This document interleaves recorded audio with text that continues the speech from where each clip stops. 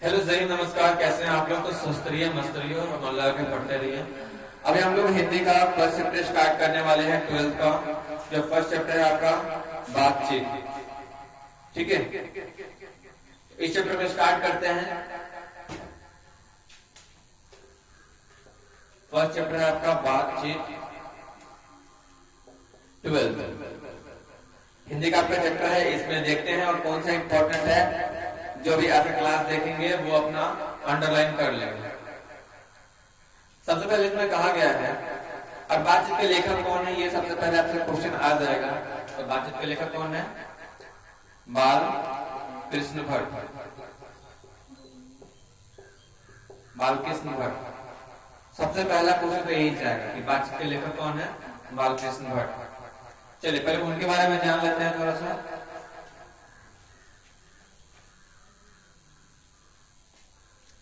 इनका जन्म जो हुआ था वो था 23 जून 1844। जन्म कब हुआ था? 23 जून 1844। ये आपको याद रखना है, यहाँ से क्वेश्चन बनेगा। एक है इनका निधन, कि ये कब इनका डेथ हुआ था, कब ये, तो वो था 20 जुलाई 1914। तो अगर आप बोलते रहिएगा तो आपको याद जल्दी होगा। इनका निवास स्थान कहाँ था? निवास स्थान जहां ये वास करते थे, जहां ये रहते थे, वो था इनका इलाहाबाद, उत्तर प्रदेश। इलाहाबाद, उत्तर प्रदेश।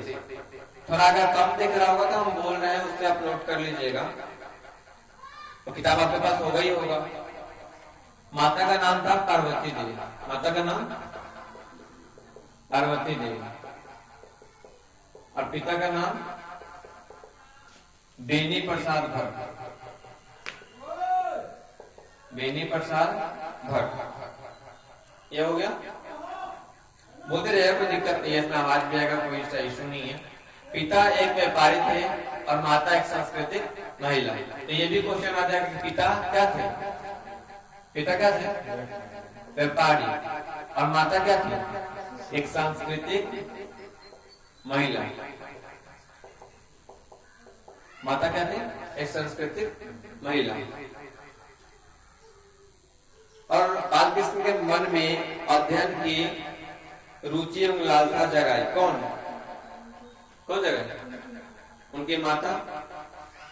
शिक्षा की बात करें तो प्रारंभ में संस्कृत का अध्ययन किए थे, पहले संस्कृत पढ़े थे। 1867 में प्रयाग के मिशन स्कूल में एंट्रेंस की परीक्षा दी। एंट्रेंस जानते हो ना, जिससे अच्छा कॉलेज मिलता है। फिर 1869 से 1875 तक प्रयाग के मिशन स्कूल में अध्यापन किए। 1885 में प्रयाग के सीएवी स्कूल में संस्कृत का अध्यापन किए। 1888 में प्रयाग की कायस्थ पाठशाला इंटर कॉलेज में अध्यापक हुए। उस स्वभाव का नौकरी छोड़नी पड़ी। हमारे इनका स्वभाव थोड़ा ऐसा था ना कि नौकरी छोड़ना पड़ा। अब जैसे कोई हम नौकरी करते हैं तो उसका एक रूल रेगुलेशन होता है, ठीक है। और रूल रेगुलेशन से बाहर आप निकलेंगे तो आपको नौकरी से भी हाथ धोना पड़ेगा। और बाद में लेखन कार्य पर निर्भर।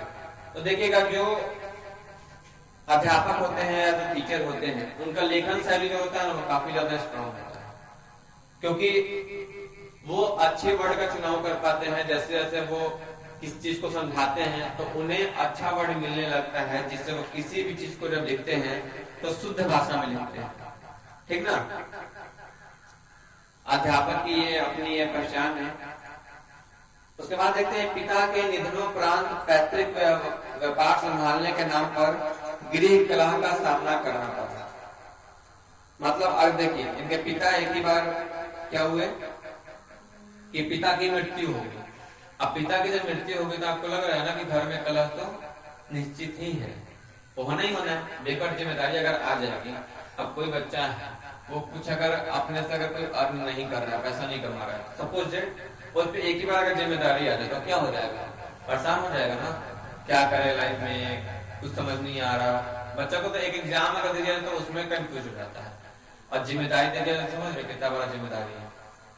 इसलिए उनके गृह कलह का सामना करना पड़ा। घर में बहुत थोड़ा इश्यू आ गया था। उसके बाद क्या है, पैतृक घर छोड़कर घोर आर्थिक संकट से जूझते हुए हिम्मत से काम लिया और साहित्य के प्रति समर्पित रहे। साहित्य पढ़ने से आपको समझ में आता है कि किसके जीवन में कितना संघर्ष रहा। अब जैसे इनके जीवनी के बारे में हम जान रहे तो पता चल रहा है ना कि क्या संघर्ष रहा, कैसे अपने आप को समझाना। तो साहित्य पढ़ना इसलिए बहुत जरूरी होता है। जब भी खाली बैठे तो साहित्य पढ़ो, आर्टिकल पढ़ो, किसी का ऑटोग्राफी पढ़ोगे, बायोग्राफी पढ़ोगे तो इससे आपको ना एक ऐसा नॉलेज मिलेगा, ऐसा उनका जीवनी मिलेगा जिससे आपको सीखने को मिलेगा। ठीक ना? तो बैठो तो साहित्य पढ़ा करो, जिससे आपको सबके बारे में आपको पता चलेगा। और उससे भी अच्छा जानना है तो इतिहास पढ़ो, जिससे आपको पता चलेगा कैसे कोई राजा बनता है, कैसे क्या प्रोसेस होता है, राजा के लिए आपको क्या क्या कुर्बान भी करना पड़ता है, किस चीज को त्यागना पड़ता है, और कोई बीच में तो उसको मारना भी पड़ता है। ये भी हो रहता है ना थोड़ा सा। भारतेंदु हरिश्चंद्र की प्रेरणा से हिंदी वर्तनी सभा प्रयाग की ओर 1877 में हिंदी प्रदीप, ये क्वेश्चन बहुत ज्यादा पूछा है। 1877 में एक लिखे थे ये, इसका नाम था हिंदी प्रदीप। ठीक ना? हिंदी प्रदीप जो 1877 में लिखा गया था। इससे 33 वर्षों तक चलाते रहे। इसमें नियमित रूप से सामाजिक, साहित्यिक, नैतिक, राजनीतिक नियमों पर निबंध लिखते रहे। 1881 में वेदों की युक्तिपूर्ण समीक्षा की। 1886 में लाला श्रीनिवास दास के संयुक्ता स्वयंवर की कठोर आलोचना की। आलोचना मतलब क्या होता है? उस चीज की बुराई करी। ठीक ना? जीवन के अंतिम दिनों में हिंदी शब्दकोश के संपादन के लिए श्याम सुंदर दास काशी आमंत्रित, किंतु अच्छा व्यवहार न होने पर अलग हो गए। वहां भी अच्छा व्यवहार इनको शायद नहीं मिला, इनका खुद अच्छा व्यवहार नहीं था। अभी तो कहा नहीं जा सकता, इसमें तो संक्षिप्त रूप में लिखा हुआ है ना। संक्षिप्त मतलब क्या होता है? किसी भी चीज को छोटे रूप में लिखना। संक्षिप्त मतलब आप ये भी कह सकते हैं कि संक्षिप्त को हम कभी कभी सारांश भी बोलते हैं। जैसे आपके एग्जाम में जब आएगा तो सारांश लिखने के लिए आएगा, जो 5 नंबर का होता है एक सारांश। तो अभी आप जान लीजिए, और चैप्टर को ध्यान से सुनने के लिए हम इसीलिए बोलते हैं कि बाद में आपको रटना ना पड़े। अगर ये 5 नंबर का पूछ रहे हैं आपको, तो चैप्टर को आप ध्यान से सुनिएगा। सारांश में क्या लिखना होता है?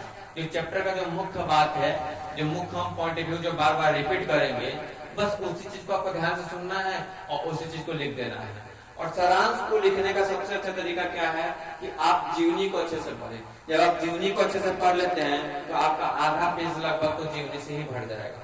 आपको लिखना कितना है? मात्र आधा पेज लिखना है। जो मुख्य बात को आप आराम से लिख सकते हैं, कोई ज्यादा हार्ड नहीं है।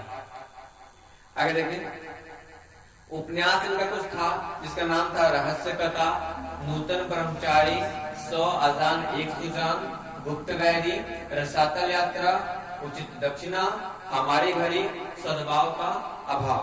तो यहाँ आप अंडरलाइन करिएगा। आपके पास किताब नहीं है? हाँ, तो किताब है तो उसमें आप अंडरलाइन करते रहिएगा। ठीक है, क्योंकि बाद में आपका छूट जाएगा ना आपका, या फिर बाद में जाकर वीडियो देख के अंडरलाइन करना है। तो देखिए, सबसे इम्पोर्टेंट जो है इसमें वो आप देखिएगा, क्योंकि एग्जाम में देखो नंबर अच्छा लाने के लिए, चाहे एग्जाम को हल्का बनाने के लिए, ये जरूरी नहीं है कि क्या पढ़ना है, ये भी जरूरी है कि क्या छोड़ना है। सब पढ़ना नहीं है, सब पढ़ोगे तो फिर ज्यादा दिमाग वो अलग चलने लगेगा।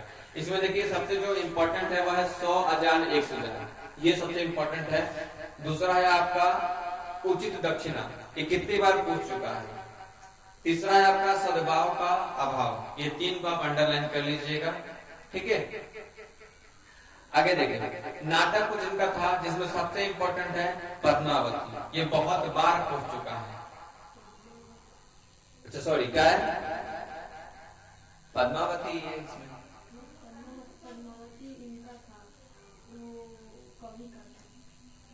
हाँ, एक पद्मावत भी है जो मलिक मोहम्मद जायसी का है। ठीक ना?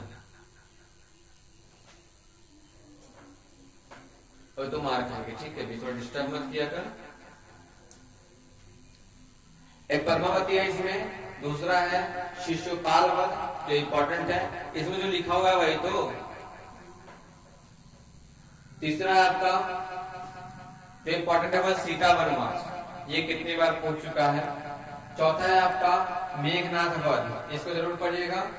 पांचवा है आपका इंग्लैंड स्वरी और भारत जन्म, ये काफी इंपॉर्टेंट है। आगे आपका भारतवर्ष और कली, इसको जरूर से याद रखिएगा। उसके बाद है एक रोगी और एक वैद्य, इसको ध्यान रखना है, ये बहुत बार पूछ चुका है। उसके बाद है बाल विवाह, इस सबको आपको ध्यान से देखना है, ठीक ना। इसमें तो पहले से अंडरलाइन भी है।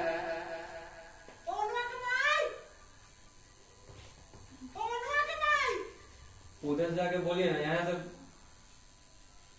ये लोग वैसे लगाना था। अभी टाइम नहीं है, बाद में कहिएगा, वीडियो काटना है।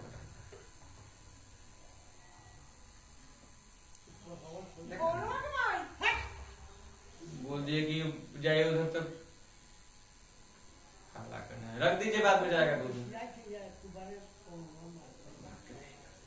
ये बॉक्स लगाना पड़ेगा, वीडियो कार्यक्रम करना पड़ेगा।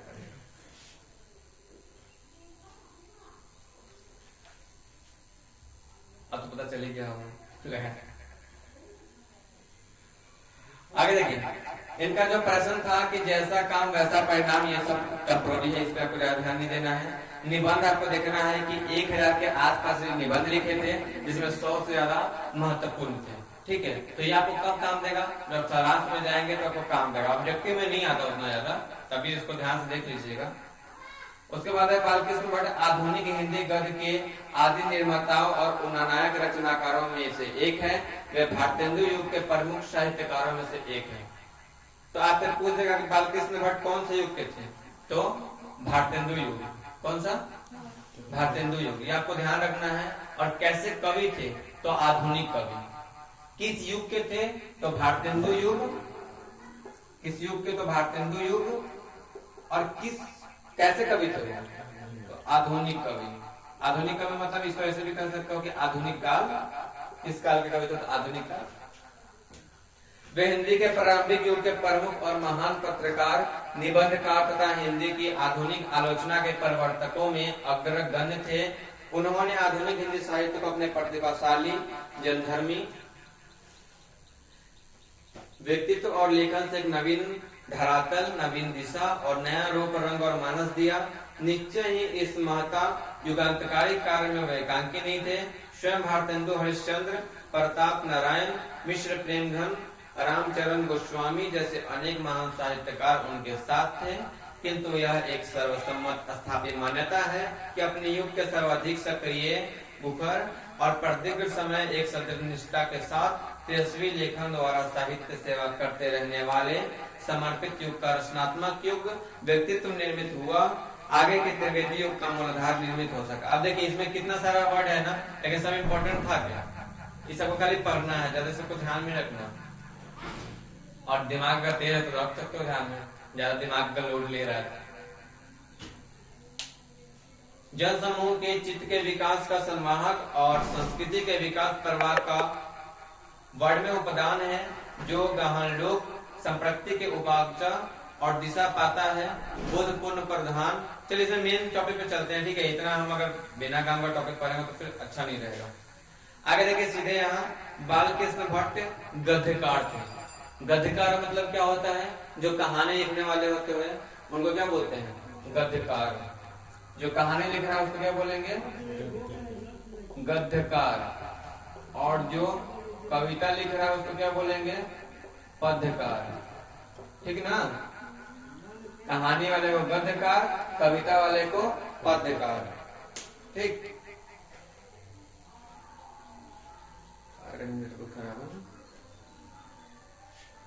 आगे देखिए हिंदी प्रदीप, जो हम उस समय बताए हैं 1877 में, यहाँ भी रिपीट हो रहा है, मतलब ये क्वेश्चन इंपॉर्टेंट है, देख के लग रहा है। आगे देखिए, आगे लिखा हुआ है आचार्य रामचंद्र शुक्ल के निबंधकार के रूप में उन्हें अंग्रेजी साहित्य के एडिशन और स्टील की श्रेणी में रखा गया है। तो आपसे क्वेश्चन ये आ जाएगा कि किसे एडिशन और स्टील के श्रेणी में रखा गया है, तो बालकृष्ण भट्ट। और किसने कहा ये बात, तो रामचंद्र शुक्ल ने कहा। ये आपको ध्यान रखना है, जो अंडरलाइन में है, और यही पढ़ना है, और सारांश में आपको यही काम देगा, यही सब टॉपिक लेकर सारांश में भर देना है। तो उधर से मतलब जो कहानी नहीं, उधर से भी लिखना है,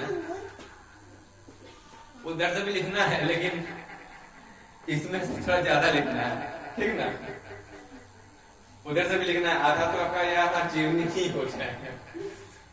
आगे देखिए, आगे आपका चैप्टर है बातचीत। आप इसमें देखना, इसमें कुछ भी छोड़ना नहीं है। लिखा हुआ है, इसे भी तो स्वीकार करेंगे कि अनेक प्रकार की शक्तियां जो वरदान की भांति ईश्वर ने मनुष्य को दी है, उनमें वाक्य शक्ति भी एक है। मानो शक्ति हमको ढेर सारा मिला है, लेकिन वाक्य शक्ति कितना जरूरी है ना। अगर मानो इंसान के पास वाक्य शक्ति ना रहे तो कैसे किस चीज को बता पाएगा। मानो अभी हमें अगर मानो कि बोल नहीं पाते तो क्या होगा, लिख के बताते जिससे सबको समझ में उतना जल्दी नहीं आता। बोलना जरूरी हो जाता है थोड़ा सा। यदि मनुष्य की इंद्रियां अपनी अपनी शक्तियों में अविकल महती और वाक्य शक्ति मनुष्य में न होती तो हम नहीं जानते कि गूंगी सृष्टि का क्या है। अब बताओ, एक दो आदमी को तो लिख के बता सकते हैं क्या, अगर जहाँ 500 आदमी है वहां लिख के बताएंगे कि ऐसा लिख देंगे, सब लिख दिए। तो लिखने से बताने से अच्छा है कि बच्चा किताब से ही पढ़ ले। ये भी है ना, अगर लिख के ही बताना है किसी चीज को तो उससे तो अच्छा है कि बच्चा खुद ही किताब से पढ़ ले।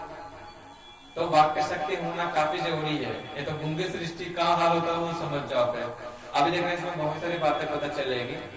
तो यहाँ तक आपको पता चला। अब यहाँ से एक क्वेश्चन आता है जो 2 नंबर में आता है, आपके पीछे क्वेश्चन भी दिया रहेगा कि यदि हमें वाक्य शक्ति ना होती तो क्या होगा। ये क्वेश्चन है आपका फर्स्ट क्वेश्चन। तो आपको क्या लिखना है? सबसे पहले तो आपको एक लिखने का जो तरीका है जो हम क्वेश्चन आंसर में बताएंगे, ठीक है, वो अभी हम चैप्टर में नहीं बता रहे, कि आपको ऐसे लिखना है, लेखक बालकृष्ण भट्ट के द्वारा रचित निबंध बातचीत के अनुसार। ये तरीका है। दूसरा तरीका यह है, प्रस्तुत पंक्ति बालकृष्ण भट्ट के द्वारा रचित निबंध बातचीत के द्वारा ली गई है। दूसरा ये तरीका है। अच्छा, इसका आंसर कितना होगा? क्वेश्चन था कि अगर हमें वाक्य शक्ति ना होती तो क्या होगा। तो आंसर आपको इतना ही लिखना है कि अगर हमें वाक्य शक्ति ना होती तो ये सारा सृष्टि गूंगा होता, गूंगी होती, क्योंकि गूंगा जो है वो पुल्लिंगी स्त्रीलिंग है, तो गूंगी होता आपको लिखना है, ठीक है। यहाँ भी वर्ड का आपको ध्यान रखना है, गूंगी होती। उसके बाद आपको एक लाइन और लिखना है कि हम अपने विचार को किसी दूसरे के समक्ष नहीं रख पाते। बस ज्यादा नहीं भरना है कि 5-6 लाइन भर दिया, कुछ जो सटीक हो आंसर उसी को आपको लिखना है, ठीक ना।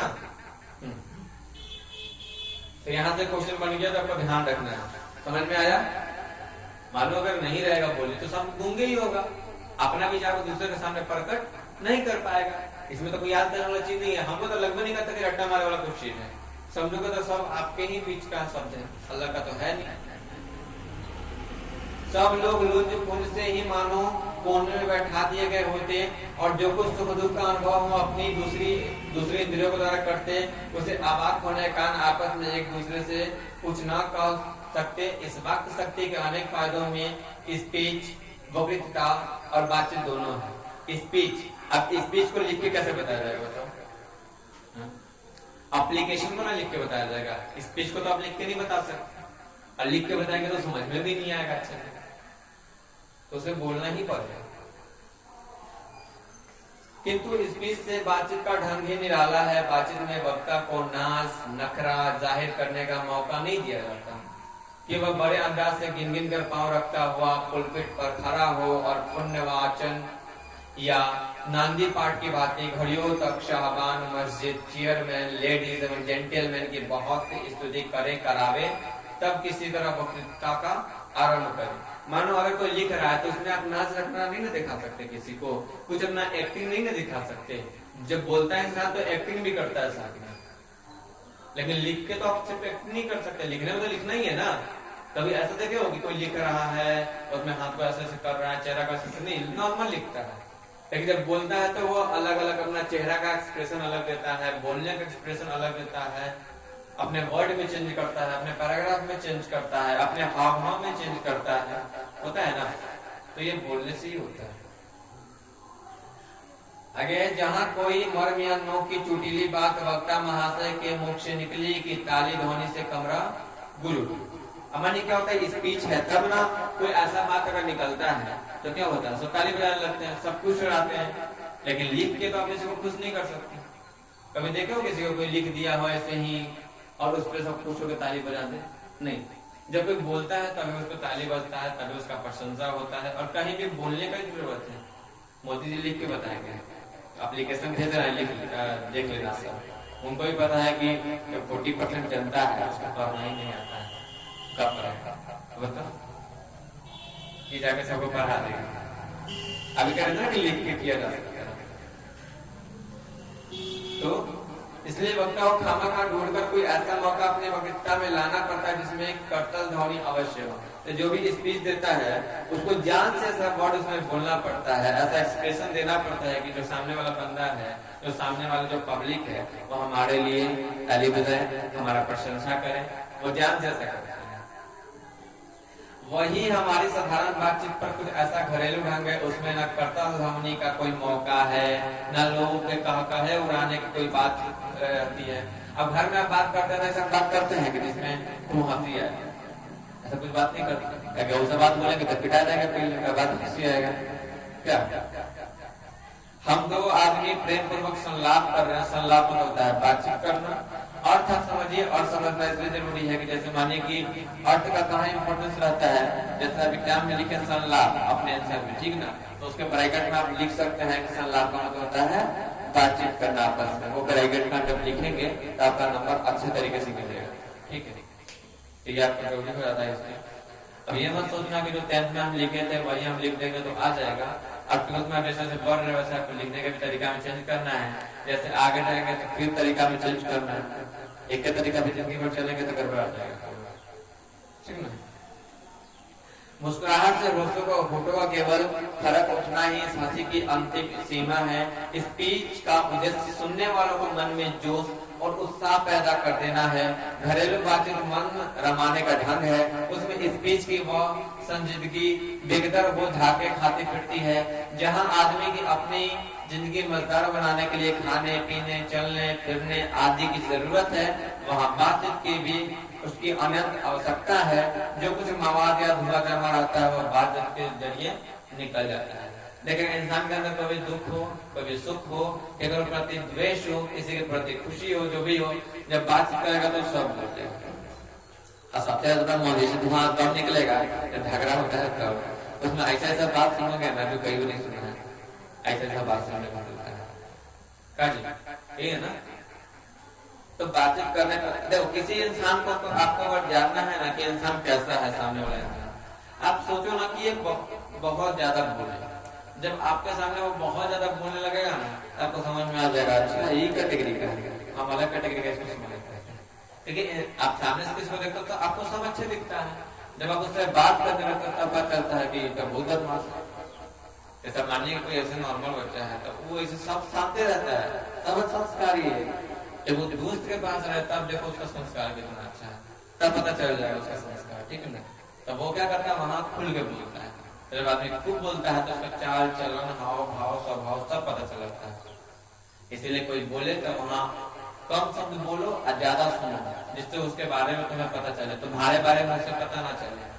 जब तुम्हारे बारे में किसी को पता चल जाएगा तो वो तुमसे इंटरेस्ट लेना बंद कर देगा।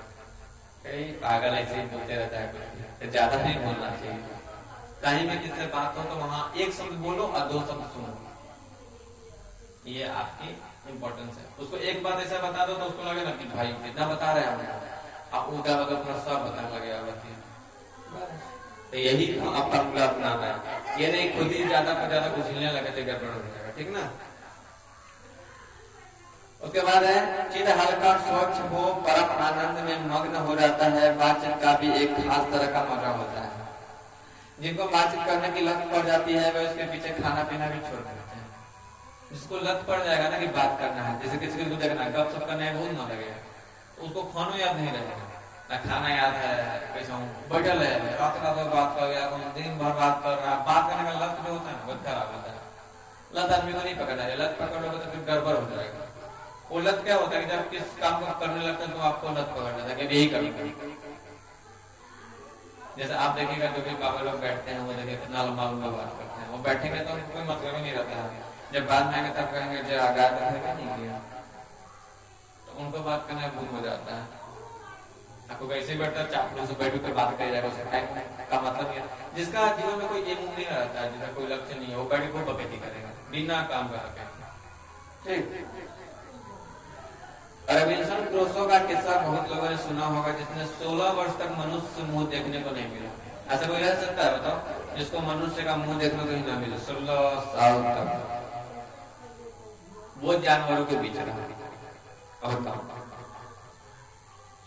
अभी का इंसान रह सकता है? अभी तो इंटरनेट अगर बंद करके 1 महीना छोड़ दिया जाए वो रूम में खाली कि खाना है ऐसे रूम में रहना, कुछ ना रहे, ना है ना किताब ना मोबाइल फोन, कुछ नहीं, और कुछ छोड़ो तो देखो वो उतार जाएगा, 1 के दिन में उतार जाएगा, 16 साल तक दूर के बाद। ठीक ना? तो ये सब चीजें हैं।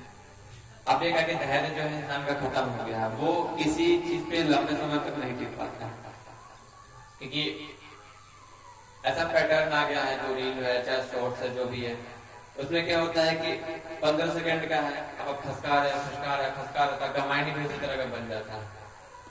जब आप पढ़ने बैठोगे तो वहां तो एक चैप्टर है, वहां तो 1 घंटा लगेगा, आपका माइंड है 15 सेकंड वाला, तो वो अब तक से पढ़ोगे तो फिर क्या करेगा, दूसरा चैप्टर पढ़ लेते हैं, फिर पढ़ोगे तो दूसरा सब्जेक्ट पढ़ लेते हैं, ऐसे दिन भर करेगा। माइंड को ऐसा नहीं, माइंड को शांत बनाइए, माइंड को एकाग्रचित बनाइए, इससे कोई चीज पढ़ा जाए तो एक ही बार में आपको कंफर्म हो जाए। अब आपको लग रहा है ना कि ये चैप्टर हम पढ़ रहे हैं, इसके बाद कुछ और बता देंगे कि अभी हमारा ध्यान सिर्फ इसी पे, जो करो सिर्फ काम उसी पर ध्यान रखो, अलग कुछ ध्यान मत रखो, खुद ही याद होता है सब चीज। कुत्ता बिल्ली आदि जानवरों के बीच मेरा 16 वर्ष को उपरांत उसने फ्राइडे के मुख से बात सुनी, अति उसने जंगली बोली में कहा था, पर उस समय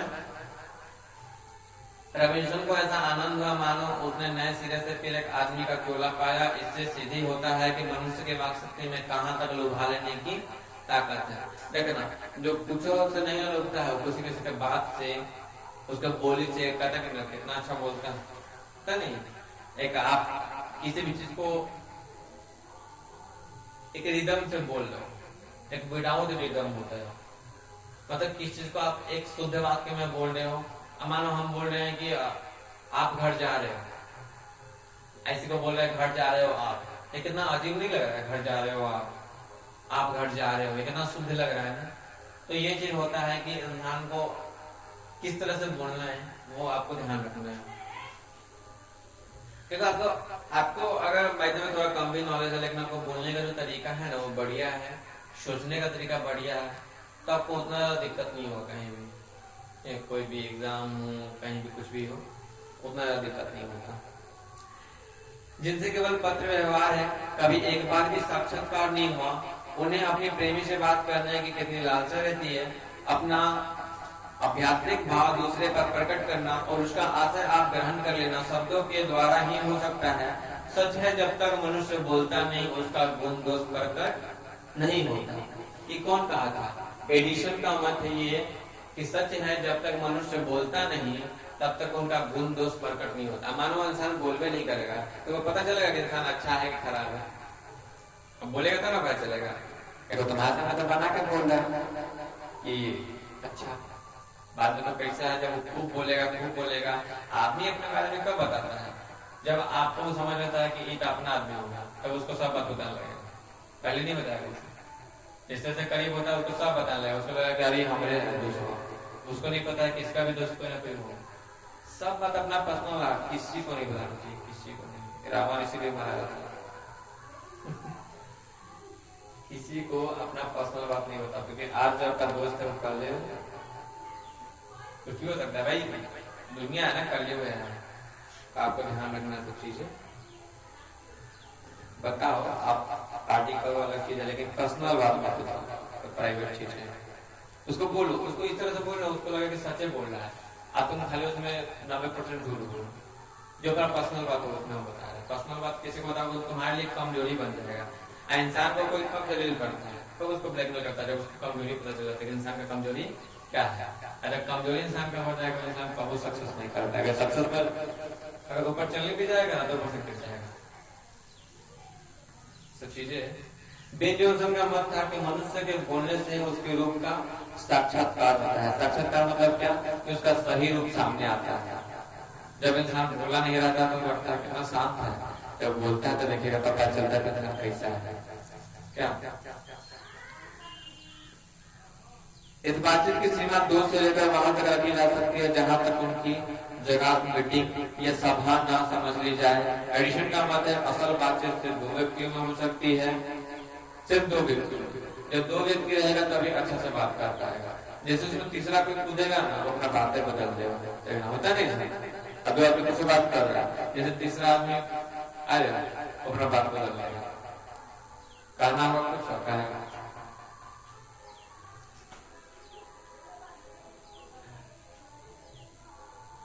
इसका तात्पर्य होगा कि जब 2 आदमी होते हैं तभी अपना दिल एक दूसरे के सामने खोलते हैं। जब 3 हुए तब वो 2 की बात कोसों दूर गई, मतलब बहुत दूर चला गया, उसको साइड ब्लैंक कर देगा फटक से और दूसरा बात स्टार्ट कर देगा।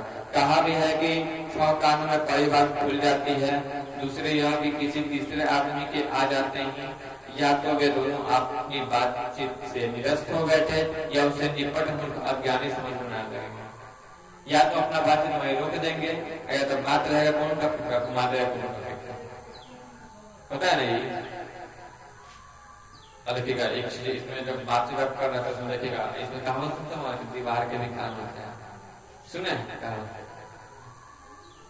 ये सब खूब बड़ा कहावत है, ठीक है। दीवार का कानून नहीं होता है, कहता है कि अपना ही गद्दार होता है, काम नहीं होता है किसी का, ठीक है। कोई आपका मेरा कोई सुनेगा तब ना कहेगा दीवार कहाँ सुन लिया, ऐसा ऐसा बात कहेगा कि कहेगा डर के आगे जीत, मन को डर रहा वो जीत जाएगा, डर के आगे वो डर रहता है। उसको कहावत है जो ऐसे ही कह दिया गया है, जो मन किया वो लिख दिया, उसी को रट्टा मारे मारे चल रही है, वो खराब होता है। उसको सोचिए आप जो कहा गया वो सच में कहा गया है कि झूठ है, ये आपको ध्यान रखना है। अब देखिए 10th 12th का हो गया, अब आपको अब सोचना है हर चीज के, आप सोचेंगे नहीं, हर चीज को आप एक्सेप्ट नहीं करिए कि ये चीज है तो एक्सेप्ट कर लिए, ये चीज है तो एक्सेप्ट कर लिया। अब आप सोचिए कि सही है गलत है। जैसे गर्म दूध और ठंडे पानी के 2 बर्तन पास पास साट के रख जाए तो वो एक अक्सर दूसरे में पहुंच जाता है, अर्थात दूध ठंडा में आता है या पानी गर्म। वैसे ही 2 आदमी पास बैठे हो तो एक का गुप्त असर दूसरे पर पहुंच जाता है, चाहे एक दूसरे को देखे भी नहीं, तब बोलने को कौन कहेगा। एक के शरीर की विद्युत दूसरे में प्रवेश करने लगती है। जब पास बैठने का इतना असर होता है तब बातचीत में कितना अधिक असर होगा। तो अगर पास बैठ जाएगा ना तो उससे उसके चाल चलन आपको थोड़ा पता चल जाएगा, थोड़ा सा कि कैसा इंसान है। जब बोलेगा तो थोड़ा पता चलेगा, जब खूब बोलेगा तब पूरा पता चल जाएगा। बोलने से ही पता चलता है इंसान। ये देखो बनावटी चीज कितना देर बोलेगा, मानो किसी को जी करने का आदत नहीं किसी को, तो कितना देर जी करेगा, वो अपना लैंग्वेज बता ही जाएगा। तो 5 दिन करेगा, 10 दिन करेगा, ये जी वो जी जो भी बोले, चाहे रिस्पेक्ट से आपको बात करेगा, अब बातों में तो अपना आ ही जाएगा, तू तेरा खुद आई कर ही जाएगा। वो आदमी जैसे जैसे बात करेगा वैसे वैसे देखिएगा, जिसमें जैसे जो नया नया मिलेगा वो खूब पहले बात करेगा, आप करके बात करेगा, फिर तू आएगा, फिर तुम आएगा, फिर तुम करा होगा बातें क्या बातें भी ठीक है। तो आदमी को जितना बात करेगा उतना उसके बारे में आपको गुप्त बात ऐसा पता चलेगा, तब उनको लगेगा कितना इंसान खराब था, इसको अच्छा से करेगा। ये बात यहाँ पे अस्तु। अब इस बात को 3 आदमियों के साथ देखना चाहिए। मानो एक त्रिकोण सा बन जाता है, तीनों चित्त मानो 3 कोण है, तीनों की मनोवृत्ति के प्रसरण की धारा मानो त्रिकोण की 3 रेखाएं है। गुप्त असर तो उन तीनों में परंपरा होता ही है। जो बातचीत 3 में की गई वह मानो अंगूठी में नृत्य की जड़ होती है। उपरांत जब 4 आदमी हुए तब तलुफी को बिल्कुल स्थान नहीं रहता, खुल के बातें न होंगी। जो कुछ बातचीत की जाएगा वो फॉर्मेलिटी, गौरव और संजीदगी के लक्ष्य से सुनी होगी। फॉर्मेलिटी, जब भी 3 आदमी हो जाता है, 4 आदमी होता है ना, फॉर्मेलिटी के लिए बात करता है, मन से बात नहीं करता। हमारा फोन पर 3-4 आदमी हो रहा है, एक ही बात वो कभी बात करेगा, लग रहा है बात करेगा, वही बोलेगा नहीं सोचेगा, ये का सोचेगा, ये का सोचेगा, इसका सोचेगा, तो दिक्कत हो जाता है। कोई भी आप 2 आदमी बैठेगा तो वो ठीक बात करेगा, जो मन रहेगा वो बात करेगा, तीसरा जैसा रहेगा वो बातें बदल देगा। लिखा गया 4 से अधिक की बातचीत तो केवल राम रघुवर कहलाएगा। ये पूछेगा 4 से अधिक बातचीत करे तो क्या कहलाएगा? राम रमो वाला, मतलब उसमें कुछ है भी नहीं करके बात करके कर रहा है, कभी टॉपिक कभी वो टॉपिक, कभी टॉपिक कभी वो टॉपिक, समझ में आए कि बात क्या कर रहा है। जब 3 आदमी आता है तो क्या बन जाता है, त्रिकोण बन जाता है। असल बातचीत सिर्फ 2 व्यक्तियों में हो सकती है, ये किसने कहा था, एडिशन और बोलने से ही मनुष्य के रूप का साक्षात्कार होता है, ये कौन कहा था, बेन जॉनसन, ठीक है। तो ये आपको ध्यान रखना है, यही सब देखिए, ये जो क्वेश्चन है ये आपका सेकंड क्वेश्चन है, जो किताब पलटोगे तो ये आपका सेकंड क्वेश्चन है कि बेन जॉनसन और एडिशन का क्या विचार है, ये आपका सेकंड क्वेश्चन है, ठीक है। इसको आप ध्यान से देखिएगा। तो आपको यही लिखना है, बेन जॉनसन का मत है कि मनुष्य के बोलने से ही उसके रूप का साक्षात्कार होता है। फिर पैराग्राफ बदल के, एडिशन का मत है कि असल बातचीत से 2 व्यक्तियों में हो सकती है, ठीक है ना। इससे ज्यादा इसमें कुछ नहीं लिखना है, बिना काम करके पलट वाला काम नहीं करना है।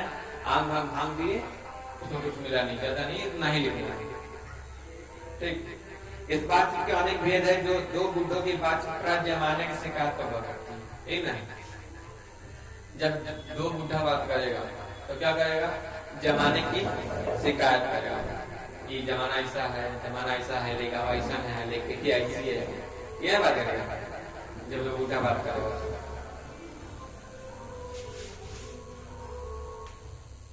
वे बाबा आदम के समय की ऐसी दास्तान शुरू करते जिसमें 4 सच तो 10 झूठ, ऐसे सब बात कहेंगे। जैसे लोग पढ़ रहे होंगे तो कोई कर रहा होगा, तो दिया जरा के पढ़ लेते हैं, दिया जरा के, अगर बत्ती जरा के पढ़ लेते हैं।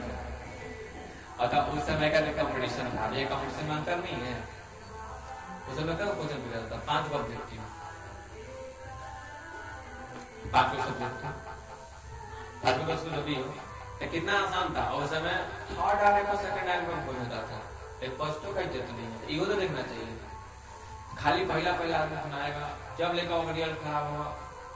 और सबसे ज्यादा देखना, सबसे ज्यादा कमी वही निकालता है कि कुछ नहीं कर रहता है, सीधी बात देखना। जिसको हिंदी नहीं पढ़ना आता है वो अगर तुम्हारा रिजल्ट खराब हो जाएगा तो आएगा चाहे उसमें ऐसे पढ़ना चाहिए, ऐसे नहीं पढ़े थे, पढ़े नहीं ध्यान से, तो खुद ही कुछ नहीं आता है, वो अगर तुमको सजेशन देंगे। बोलते नहीं कि वो हारों में तो खुद ही नहीं गए, सब बोलता है। जिसको कुछ नहीं आएगा वो आपको आएगा सजेशन, ऐसे नहीं करना चाहिए, ऐसे करो, ऐसे हो गया, फेल हो गया, उसको बोलने से ताना मारने से बस हो जाएगा। अब उसको तो आपको ये कहना चाहिए कि आप फिर से करो। यहाँ क्या है, यहाँ 2 चीज का आदमी अभी रहता है, या तो उसको बुराई करना है या अच्छाई करना है, उसके प्रोसेस पे कोई ध्यान नहीं। आदमी कुछ 2 ही के लिए चीज के लिए बैठा होता है, तो वो इंसान से घबराना नहीं है, ठीक है। वो इसी के लिए बैठा है कि कौन कब क्या कर रहा है, कब नहीं कर रहा है, कौन कब हारेगा, कौन कब फेल करेगा कि हम बोलेंगे, अब कौन कब जीतेगा कि हम चल जाएंगे मिठाई होगा। कितना शर्म आपको आना चाहिए थोड़ा सा कि जिसका बुराई कर रहा है वही थोड़ा सक्सेस होता है, थोड़ा अच्छा रिजल्ट का लगता है, मिठाई वाला पहुंच जाएगा। तो अजीब तरह का हाल है। अब बच्चा इसमें घबरा जाता है, अभी इस बार आता है सेकंड डिवीजन हुआ, बच्चा फांसी लगा दिया, तो ये इसलिए हुआ, वो अपने मन से तो नहीं लगाया, आए होगे तो उसको ताना मारा क्या होगा, फेल कर गए, अब उसको कोई जीवन उसको लौटा देगा नहीं। लेकिन ये सब समझना चाहिए, समाज समझने वाला है नहीं कुछ, ठीक।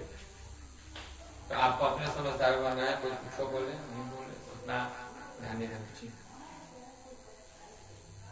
आगे अंग्रेजी राज्य पर देश और पुराने समय की रीति नीति का अनुमोदन और इस समय के सब भाग्य लायक नौजवानों की निंदा उनकी बातचीत का प्रमुख मुख्य प्रकरण होगा। पढ़े लिखे हुए तो शेक्सपियर, मिल्टन, मिल और स्पेंसर जीप पर नाचा करेंगे, अपनी लिकायत के नशे में चोर हम चुनी दिगरे दोस्त अखरपन की चर्चा छोड़ेंगे। कहाँ तक आवाज जा रहा था? रोड पे जाओ, आवाज जा रहा है? रोड पे कहाँ जा रहा है? रोड पे नहीं तो कहाँ तक जा रहा है? यही तक जा रहा है। देखो ना तुम उसी टाइम में आ गए थे। अरे ऊपर में जाते हैं तो नीचे तक चल जाता है, तो आवाज क्या है उसमें? तुम क्यों लग रहा है आवाज में? कुछ देर में आपका फोन का भी आवाज खत्म हो जाएगा। हैं? फोन भी खत्म हो जाएगा।